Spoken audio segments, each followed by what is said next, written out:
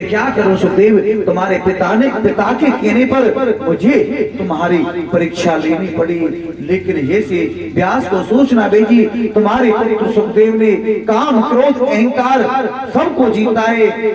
अब महाराज व्यास के मन में चिंता आई, मैं क्या करूं।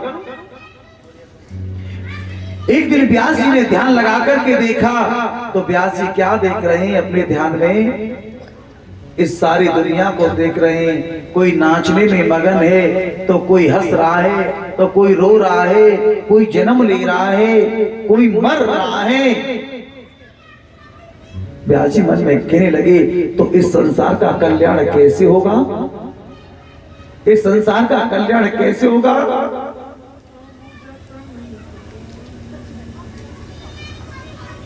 व्यास जी ने एक वेद के 3 भाग कर दिए,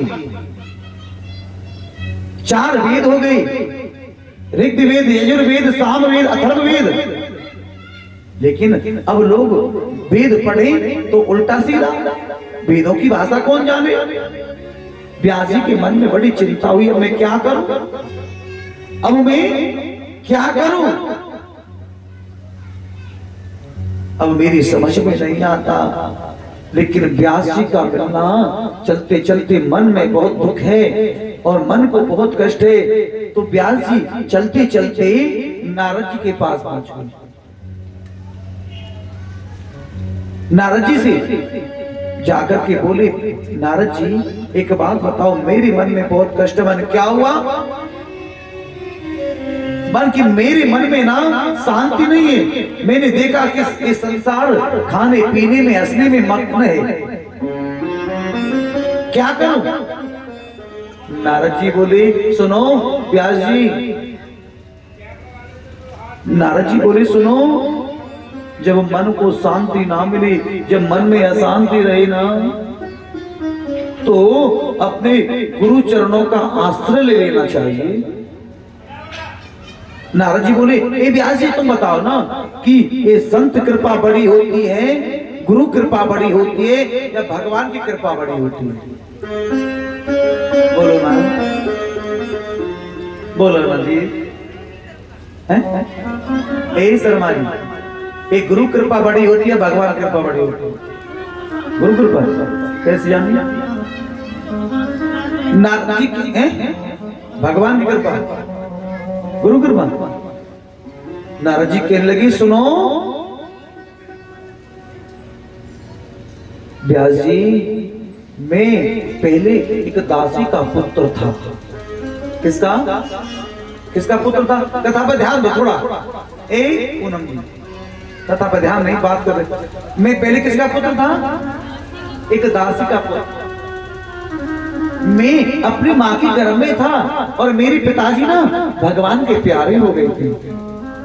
लेकिन मेरी माँ ने मुझे जन्म दिया, यहाँ भी कहीं सत्संग में जाती थी ना, कहीं कीर्तन में जाती थी, कहीं भागवत में जाती थी। मेरी माँ मुझे अपने साथ ले जाती थी और कहती थी चलो प्रणाम करो संतों को, चरण छुओ।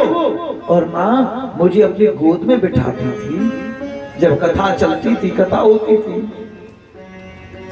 लेकिन चलते चलते ना व्यास जी, मेरा मन संतों के प्रति भगवान के प्रति इतना हो गया, क्या बताऊं। कुछ संत चतुर्मास बिताने के लिए आए थे और मैं संतों के साथ रहने लगा। व्यास जी जब संत जाने के लिए कहने लगे तो मैं रोने लग गया। मैंने संतों से कहा बाबा मैं भी तुम्हारे साथ चलूंगा, आप मुझे छोड़कर के मत जाना, मेरा मन अब यहाँ नहीं लगेगा। संतों ने कहा अच्छी बात है तुम हमारे साथ चलना। लेकिन जब ये बात मेरी माँ को मालूम पड़ी ना कि मेरे पुत्र को ले जाएंगे रामदास को, मेरा नाम पहले रामदास था, मेरी माँ को मालूम पड़ा कि रामदास को ले जाएंगे, संतों के पास आकर के मेरी माँ रोने लगी। क्या लगी बाबा इसने अपने पिता का मुख नहीं देखा, मैंने सारा जीवन इसी के ऊपर काट रही हूं, निकाल रही हूं, लेकिन मैंने सुना कि तुम इसे ले जाएंगे। तो मेरे जीवन का सहारा और कौन बनेगा? मैं कैसे रहूंगी? मैंने सुना कि तुम मेरे पुत्र रामदास को लेके जाओगे।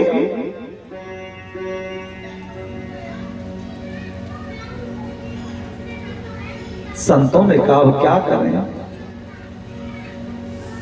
मां रोती है कि मेरे पुत्र को मत लेके जाना, और बेटा रोता है बाबा मुझे यहां छोड़ के मत जाना।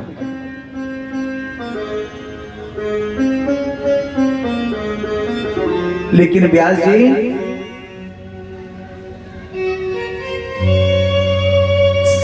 मां के कहने से संतों ने मुझसे मना कर दिया। संतों ने मुझसे कहा बेटा मातृ देवो भव पितृ देवो भव।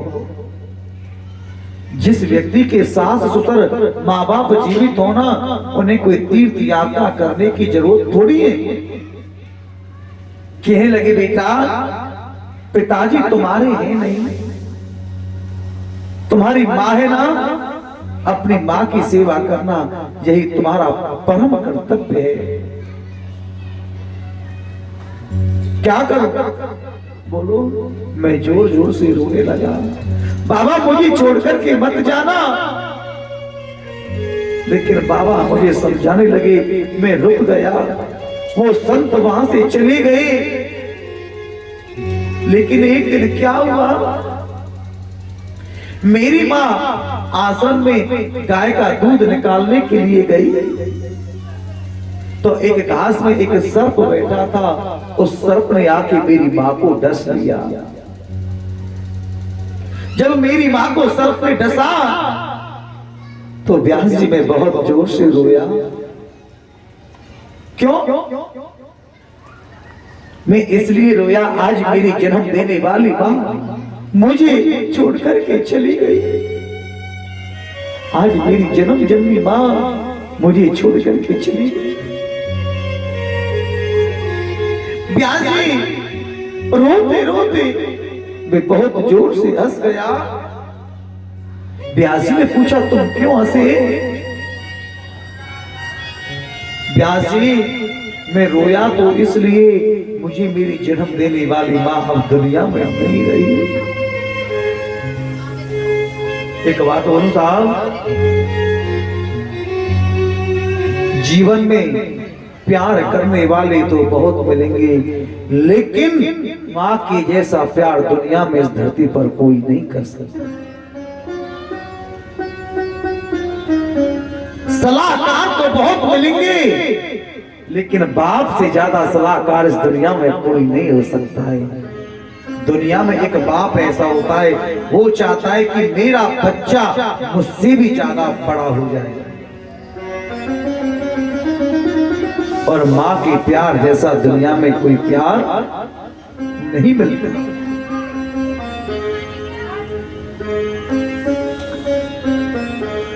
व्यास जी में रोया क्यों, मेरी माँ मुझे छोड़कर के चली गई। हंसा क्यों? हंसा व्यास जी में इसलिए कि संतों के पास जाने से मेरी माँ रोक रही थी। अब माँ इस दुनिया में नहीं रही तो अब मुझे कोई नहीं रोकेगा। तो मैं संतों के पास चला गया। आज उन्हीं संतों की दी हुई बीड़ा मेरे हाथ में है, और मेरा नाम बालक रामदास थे। आज सब लोग मुझे देव ऋषि नारद नाम से मुझे जानने लगे। ये किसकी कृपा है?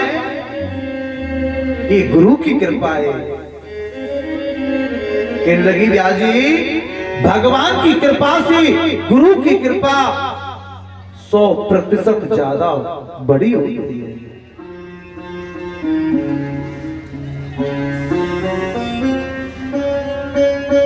अब क्या करें, जब मन में बेचैनी हो, मन दुखी हो, तो गुरु चरणों का आश्रय ले लो, आपको रास्ता निकल जाएगा। व्यास जी को समझाने लगी, सुनो गुरु गोविंद दोनों खड़े, गुरु गोविंद दोनों खड़े, काकिला गोपाल। गुरु गोविंद दोनों खड़े,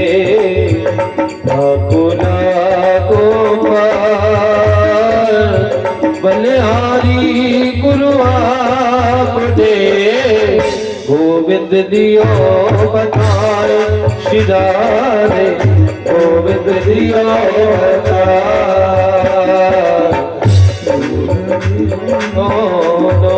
चलती चाकी देख के दिया कबीरा रो, चलती चाकी देख कर दिया कबीरा रो। पाटन के बीच में साबुत रहना कोई रे भैया, साबुत रहना साबुत रहना साबुत रहना। एक बात बताओ, जब चाकी चलती है, जब चाकी आटा पीसने वाली चलती है तो कोई दाना रहता है क्या? सब पिस जाते रहता है कहाँ? जो चाकी में जो कीला मानी होती है ना शर्मा जी, जो उसके बीच में जाके जो दाना बच जाता फंस जाता है वो बच जाता है। बोले महाराज कैसी बात बता दी? मन के सत्य है। देखो, जिसने जन्म लिया मरना तो जरूर है, लेकिन मरने के भी तरीके होते हैं साहब। जो चाकी में भी बच गया, संसार में रह करके चाकी कहां चल रही है? एक नीचे वाली, दूसरी आसमान वाली है, पर इनके बीच में हम ही हैं। कहते महाराज कलयुग चल गया, लेकिन कैसे बचो? बचना कैसे है? भगवान नाम संकीर्तन, भगवान का भजन करना है, अच्छे लोगों का संग करना है।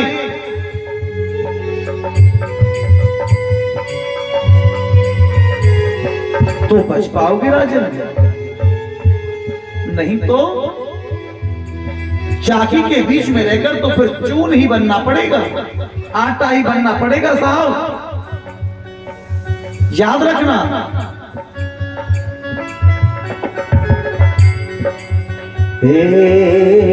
या तो राखे साइया और सपना को, या तो राखे साइया और सकेला को, पालना को कर सके जग जग मेरी हो भैया, जय जग मेरी हो।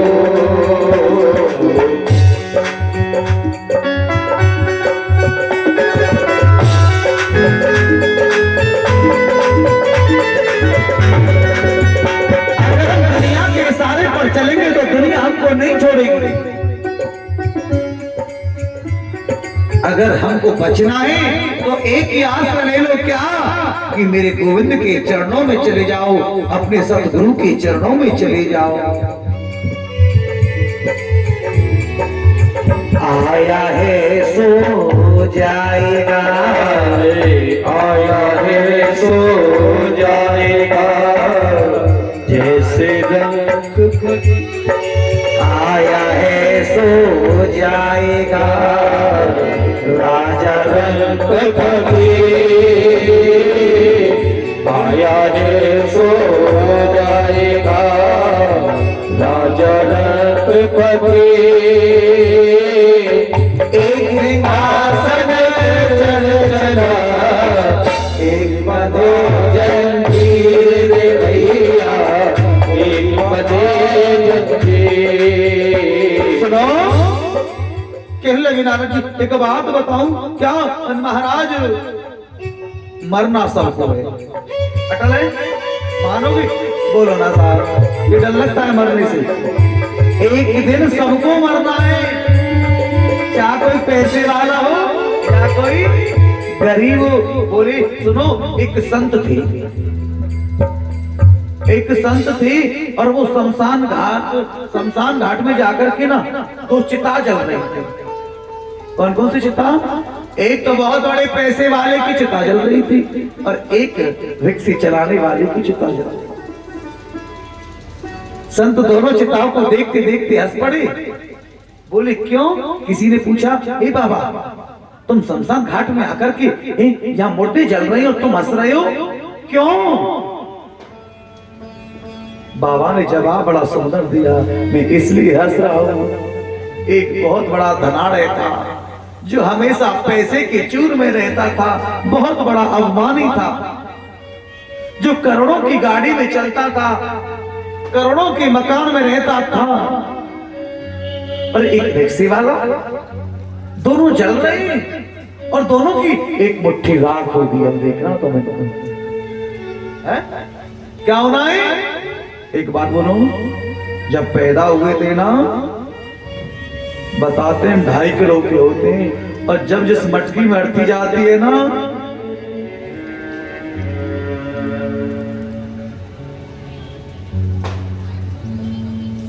कथा विराम दे दो, बोलो बताओ ना।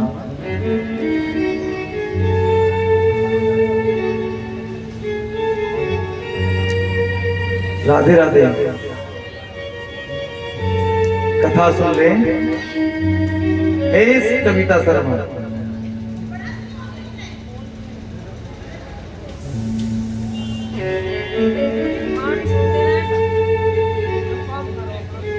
ऐसा नहीं, कथा में नहीं, व्यवस्था करनी है, बहुत समय होता है हमारे पास में, क्या मीटिंग चल रही है, रात को कर लेना, फिर दिन में बहुत समय है ना, अपनी जगह पकड़ो आकर के। पूनम जी फोन साइलेंट रख दे मेरे भाई, फोन हम पे भी है, या पंडाल में सर आजकल तो ऐसा कर लो, रिक्शे वाले पे भी फोन है।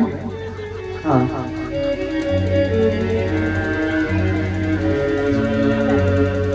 क्या बोल रहे, कथा कहाँ चल रही थी? कविता है मानसरोवर कहाँ चल रही थी कथा? जब व्यक्ति पैदा होता है वो भी 2.5 किलो का, जब अर्थी जाती है ना, वहां से जब अस्थियां लेके आते हैं वो भी मुट्ठी राख, जब गंगा जी लेके जाते हैं वो भी 2.5 किलो। तो अभिमान किसका है भाई? हमसे पहले हमारे दादा परदादा, हमारे पिता, कोई रहा? कोई रहा? कितने राजा हुए, कोई रहा? बोलो ना, कोई रहा है क्या?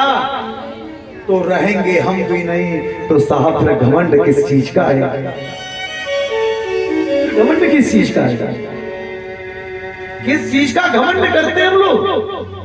संत ने कहा, मैं इसलिए हंस रहा था अर्थियों को देख करके, ये करोड़ों की गाड़ी में घूमता था लेकिन बहुत बड़ा अभिमानी था, देखा एक मुट्ठी रात हो गई,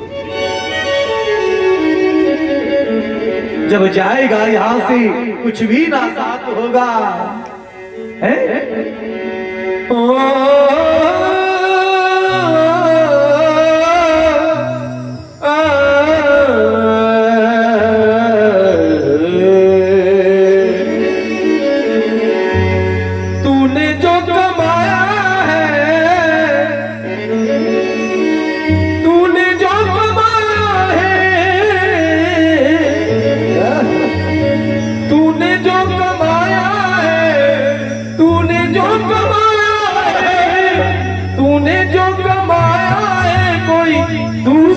ही खाएगा, और खाली हाथ आया है और खाली हाथ जाएगा, खाली हाथ आया है और खाली हाथ जाएगा, खाली हाथ आया है और खाली हाथ जाएगा, खाली हाथ आया है और खाली हाथ जाएगा।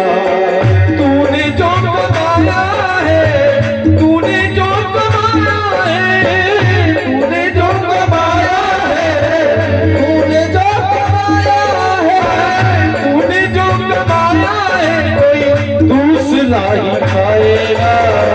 खाली हाथ आया है और खाली हाथ जाएगा, खाली हाथ आया है और खाली हाथ जाएगा, खाली हाथ आया है तू, खाली खाली हाथ जाएगा। खाली हाथ आया है, खाली हाथ जाएगा।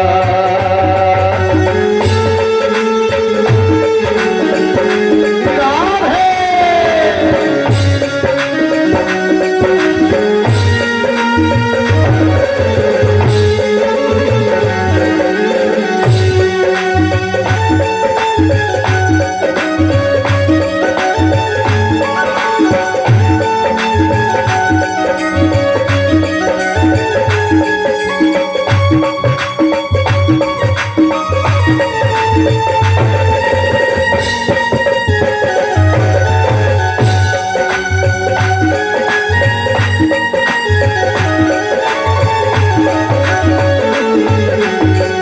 जब तलक ये सांसें हैं तब तलक ये रिश्ते हैं।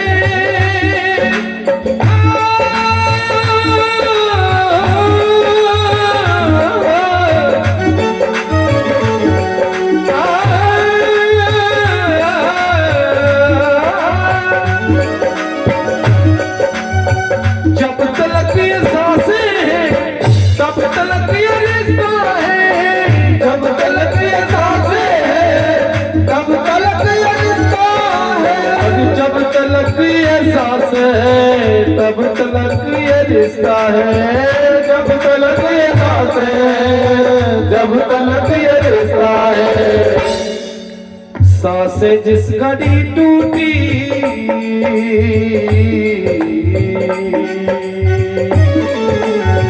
सांसें जिस घड़ी टूटी रिश्ता टूट जाएगा। सांसें जिस घड़ी टूटी रिश्ता टूट जाएगा।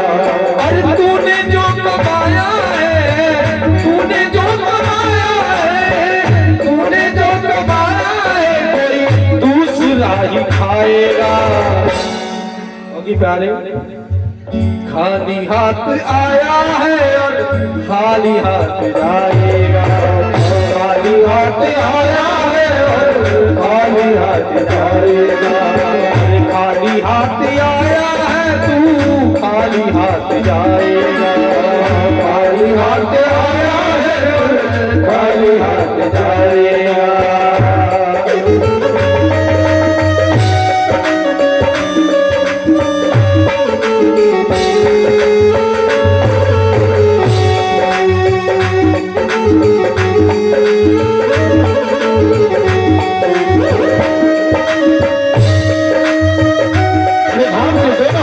तालियों की सेवा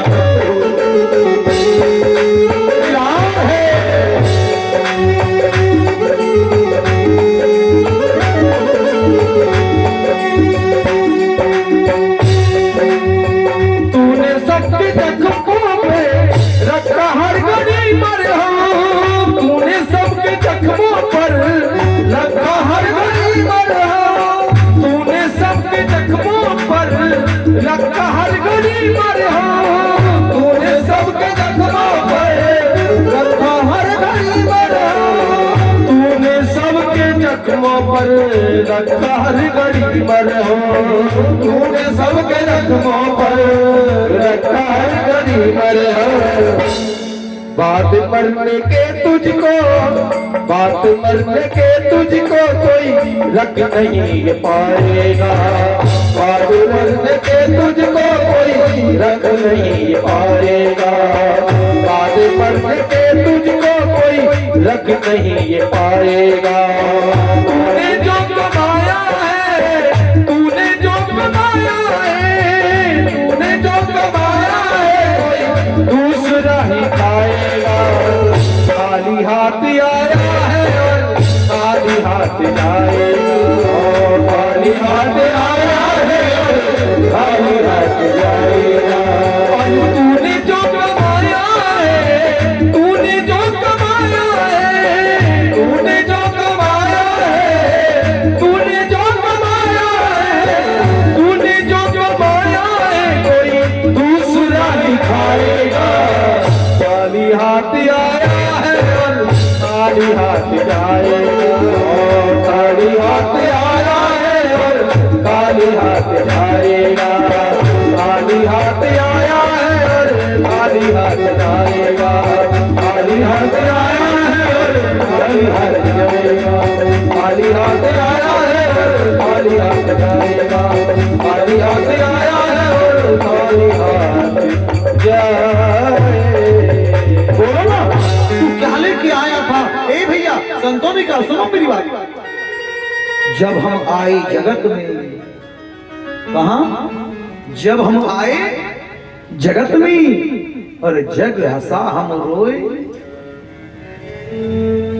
जब बच्चा पैदा होता है रोता है ना, और घर वाले थाली बजाते हैं, हंसते हैं, खुशी मनाते हैं ना। जब हम आए जगत में और जग हंसा हम रोए। अरे मेरे प्यारे, ऐसी करनी कर चलो, हम हंसे जग रोए। कहने लगी राजा, क्या क्या तुझे जीवन भर कमाया इसके लिए? एक बात बताऊं, जीवन भर तुमने पैसा जरूर कमाया, जिस दिन तुम बीमार होंगे ना, तुम्हारी औलाद उस पैसे को तुम्हारी बीमारी में सोच और समझ के लगाएगी कि इस हॉस्पिटल में लेकर के जाएं या नहीं जाएं। कुछ अपने लिए कमाना है ना, बोलो ना, कब कमाओगे? क्या कमाओगे अपने लिए, मुझे बताओ ना। अपने लिए क्या कमाओगे? सच्ची बता रहा हूं, बस जो तुम्हें वहां मिल जाएगा जाकर के भगवान का भजन करना। वृंदावन जाते हैं ना, बंदरों को कुछ खवाना, संत महात्माओं को हाथों से दान करना।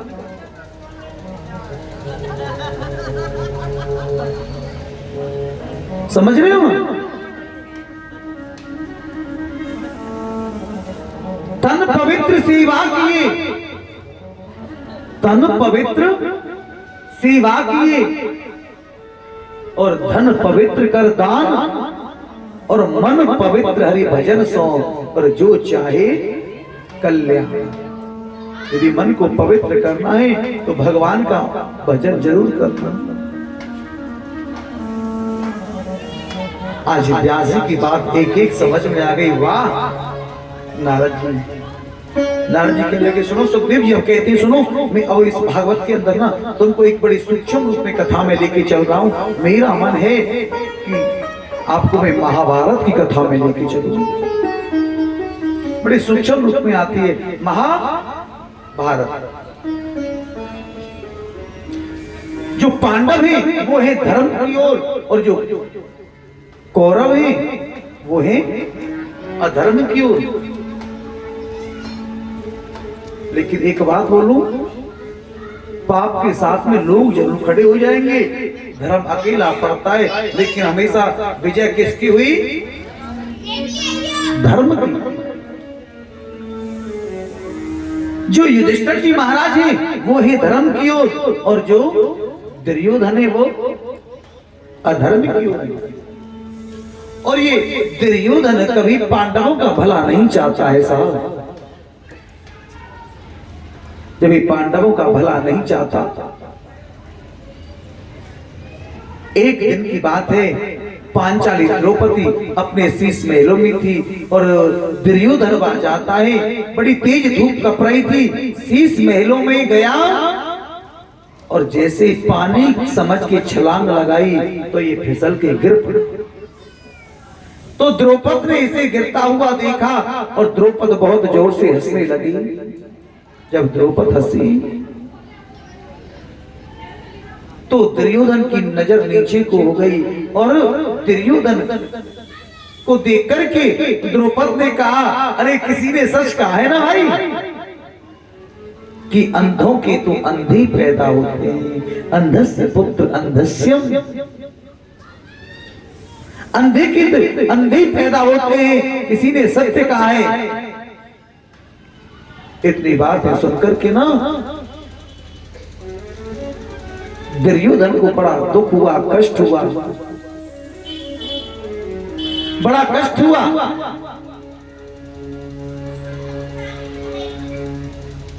अब तो अपने महलों में भी, अपने राज में भी बड़ा मौन रहता है। दुर्योधन के मामा है यहाँ कौन? शकुनी। एक दिन शकुनी ने दुर्योधन को पूछा, दुर्योधन क्या बात है, मैं तुझे काफी दिन से बड़ा वियोग में देखता हूं। दुर्योधन ने कहा, मामा क्या बताऊं, एक दिन की बात है, मैं पांचाली द्रौपदी के महलों में गया, और जैसे पांचाली के महलों में गया मैं फिसल के गिर गया। पहले तो मुझे देखकर के द्रौपदी ने ताली बजाई और हंसने लगी, और मामा जी मुझ में बहुत बड़ी व्यंग बाण भी मारे। क्या? मेरे से कहा कि अंधस्य पुत्र अंधस्यम, अरे अंधों के तो अंधे ही पैदा होते हैं। यानी दुर्योधन के पिताजी कौन है? धृतराज। वो अंधे थे। एक बात बताओ जी, अगर कोई हम से कुछ कहे तो सहन कर ले, लेकिन कोई हमारे पिताजी तक और हमारे बाबा तक पहुंच जाए तो? हमारे पिताजी कांड़े हों और अगर हमसे कोई कहे कांड़े के, तो बोलो सहन कर पाएंगे हम सहन कर पाएंगे क्या? बोलो सहन कर पाओगे? आज बहुत बड़ा कष्ट। कोई बात नहीं, शकुनी ने कहा, वन के सुनो, ये छोटी सी बात के लिए आप एक काम करो, एक जुए का खेल रचा दो और पांडवों को निमंत्रण दो। जुए का खेल रचवाया, पांडवों को निमंत्रण दिया, और पांडवों को निमंत्रण देकर के मामा शकुनी पासा डाल रहे हैं दोनों की तरफ से। जैसे पासा डाला, पहली बार तो पांडवों को जिता दिया। दुर्योधन कहने लगा, ये क्या किया? शकुनी ने कहा, सुनो, कुछ पाने के लिए कुछ खोना पड़ता है, ऐसे नहीं। अब दूसरा पासा डाला, पांडवों को हराना प्रारंभ कर दिया महाराज। जब पांडवों को हराना प्रारंभ, हारते हारते हारते हारते पांडव आज ना अपना राज भवन और तो और युधिष्ठिर महाराज ने अपने भाइयों को दांव पे लगाया, उनको भी हार गए। अपने आप को दांव पे लगाया, अपने आप को भी हार गई। युधिष्ठिर महाराज बोले, महाराज अब तो मेरे पास में कुछ नहीं बचा, अब मैं क्या करूं? एक बात और भी है, जुआ कभी ईमानदारी से नहीं खेला जाता है। मामा शकुनी ने कहा, सुनो, अरे युधिष्ठिर कैसी बात कर रहे हो? तुम्हारे पास में नहीं है? अरे तुम्हारे पास में अभी तो एक ऐसी अनमोल वस्तु है, ना जाने जिसे तुम दांव पर लगा दे और उसे दांव पर लगाने से तुम सब कुछ जीत जाए। वन क्या? मामा शकुनी ने कहा, अभी तो तुम्हारे पास में पांचाली द्रौपदी है। जैसे पांचाली द्रौपदी का नाम लिया, अर्जुन को, भीम को बहुत क्रोध आया, लेकिन क्या करें, बड़ी भाई ने दांव पे लगा दिया, हार गई, कुछ बोल नहीं पाए। आज उनके कहने से युधिष्ठिर महाराज ने पांचाली द्रौपदी को भी दांव पे लगाया, और मामा शकुनी ने ऐसा पासा डाला कि द्रौपदी को भी वो जुए में हार गई। दुर्योधन ने कहा, दुशासन से जाओ, आज द्रौपदी को पूरी सभा में खींच के लाओ, और सभा में लाकर के आज उसे नग्न अवस्था में करके हमारी जंघा पर बैठाओ। आज हम द्रौपदी को ये दिखाएंगे कि अंधों की संतान को दिखाई देता या नहीं देता है।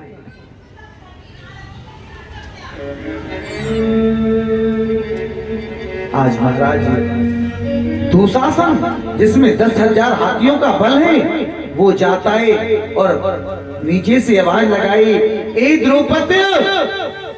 जो दुशासन बड़ी भाभी मां कह करके बोला था, बड़ी भाभी मां कह के बोलता था, आज वो कैसे आवाज लगा रहा है, ए द्रौपदी।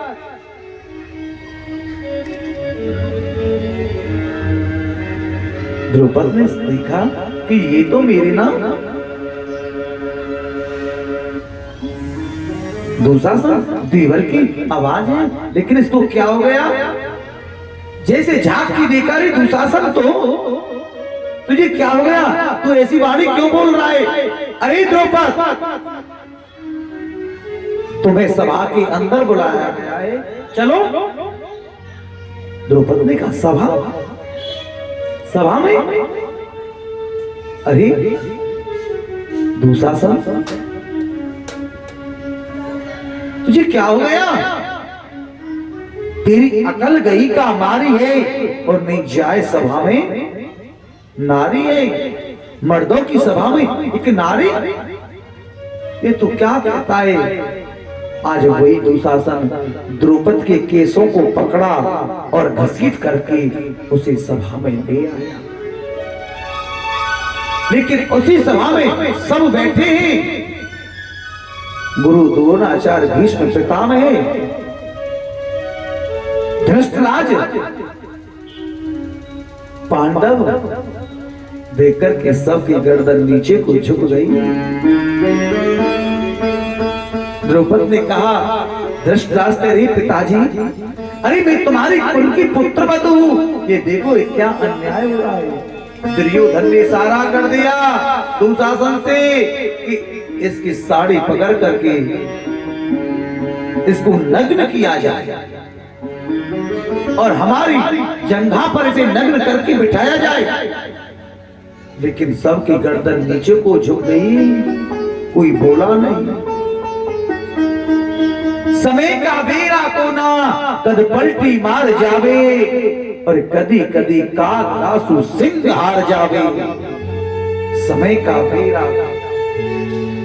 जो भीम, अर्जुन, युधिष्ठिर महाराज, उनकी पांचाली द्रौपद को उन्हीं के सामने नग्न किया जा रहा है महाराज। कोई बोल नहीं पा रहा, कोई गर्दन ऊपर को नहीं उठा पा रहा है।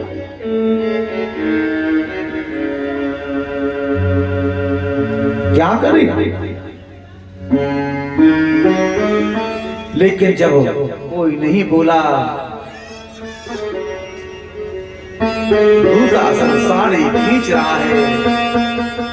लेकिन मेरे गोविंद ने देखा, रे वाह, जब द्रौपद ने देखा कि दुनिया में कोई नहीं रहा ना, तो द्रौपद ने अपने दोनों हाथ ऊपर को उठाए और मेरे गोविंद को आवाज लगाई, हे कन्हैया, हे गोपाल, आगे मेरी लाज बचा ले। अब नहीं तेरी बहना कृष्णा की लाज जा रही है। एक बात बताऊं, भगवान कृष्ण द्रौपदी से क्या कहते थे? कृष्णा, क्या नाम है? कृष्णा। आज तेरी बहन द्रौपद कृष्णा की लाज जा रही है रे कन्हैया। द्रौपद रोने लगी, मेरे गोविंद को पुकारा के नंदलाल,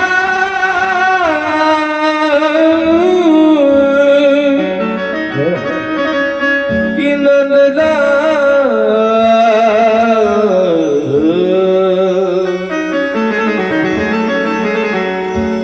कि नंदलाल तेरी मेरी बातें, कि नंदलाल तेरी मेरी बातें, एक तू जाने की मैं जानूं, ओ जन्मों जन्मों की मुलाकातें, एक तू जाने की मैं जानूं, एक तू जाने की मैं जानूं।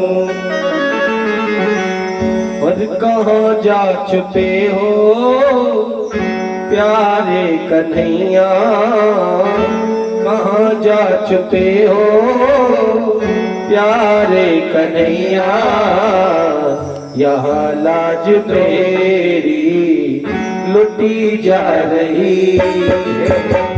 कहाँ जा छुपे हो प्यारे कन्हैया, कहाँ जा छुपे हो प्यारे कन्हैया यहाँ लाज मेरी लुटी जा रही है, यहाँ लाज मेरी लुटी जा रही है।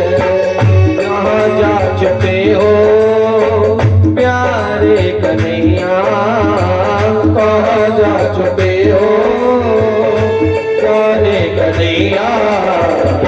सभा बीच साड़ी खिंची जा रही है, सभा बीच साड़ी खिंची जा रही है।